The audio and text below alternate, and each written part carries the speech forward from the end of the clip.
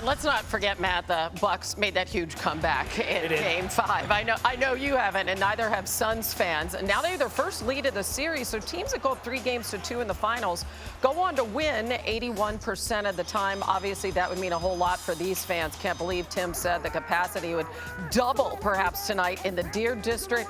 Bucks have gone 49 seasons between championships. Look at that footage.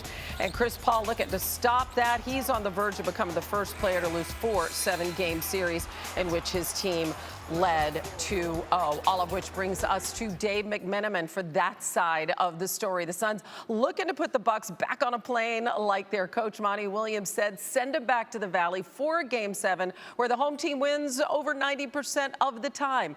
How do they plan to apply that pressure to the Bucks tonight?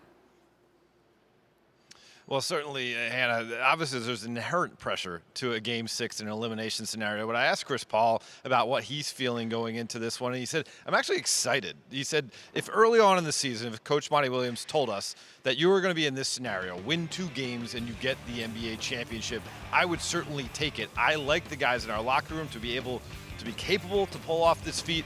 And it's not a simulation. This is actually us. It's real.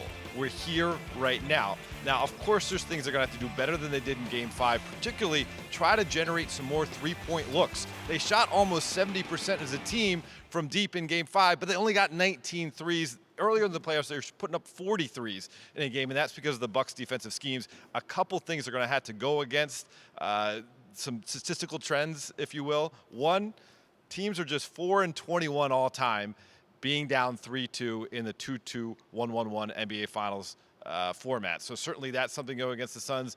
And then look at the officiating. Scott Foster, the dreaded Scott Foster, is going to be the crew chief tonight for the Suns. Chris Paul has lost his last 12 playoff games that Scott Foster was the head referee. Okay, but here's the thing. You got to throw that out the window, and you got to do something about that Bucks, the switching on the defense. They're forcing the Suns into this one-on-one game. As you mentioned, they got to move the ball. They have a lot on their plate besides the presence of Scott Foster. We always appreciate you, Dave. Thanks. Thanks, Hannah. All right, so the Suns trail in a playoff series for just the second time and first since being down 2-1 against the Lakers in the first round, which seemed like January, but it wasn't. They will now look to become the 5th team to win a finals game 6 on the road to force a Game 7 of the previous 4 teams to do so.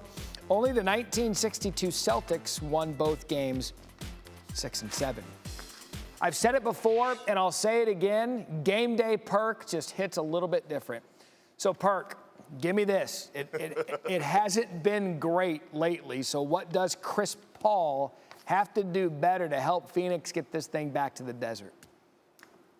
Well, he can't show up to the game being Cliff Paul. Drew Holiday is not trying to be in commercials. Drew Holiday is not trying to buy insurance. Drew Holiday is going at Chris Paul. Chris Paul has to take this matchup personal. Chris Paul has to dominate this game. Chris Paul has to be the leader. This young core looks up to who? CP3. Why? Because he brings that tenacity. He brings that fire. He brings that edge. And when you have a group of young guys that's under the age of 25, like Mikal Bridges, DeAndre Ayton, Devin Booker, Cam Johnson, all those guys that are in the moment right now, CP3 has to give them that edge, has to give them that heartbeat. He needs to be that heartbeat. We know he could get 20 and 10 in his sleep, but those numbers have to elevate even more. And he has to elevate the others around him even more, not just Devin Booker. Yeah, but where'd it go? It's been there, and where'd it go? You said what? I'm sorry, man. I couldn't understand what you said. Where did that go from CP3? We saw it in the first round. We saw it in the second round. We saw it against the Clippers. We saw it in the first 2 games. I mean, Perk, it's gone.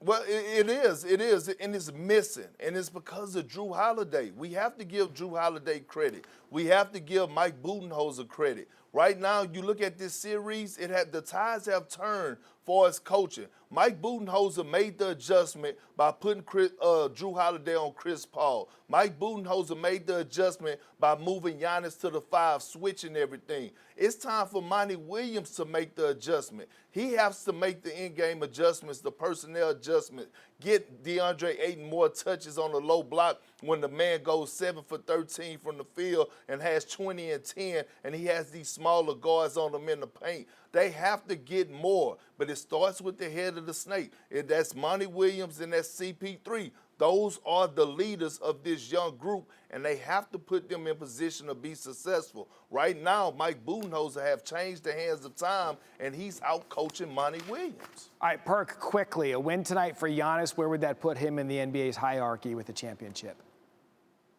Ooh, it will put him up there. And I know people want to say Big Perk a Giannis hater, but to me, it will put him in a conversation of a top 10 power forward of all time. And the guy's just touching his prime. He's 27 is his prime. We're going to see 10 more years of Giannis Antetokounmpo play at this level. If he's to win this championship along with the Finals MVP, he enters that conversation. Because not only do he have a back-to-back MVP, but he has an MVP and Defensive Player of the Year in one season. The only two players to ever have that is Michael Jordan and Hakeem Olajuwon. And you win a championship with an MVP, with a Finals MVP, it puts you up there in them rankings.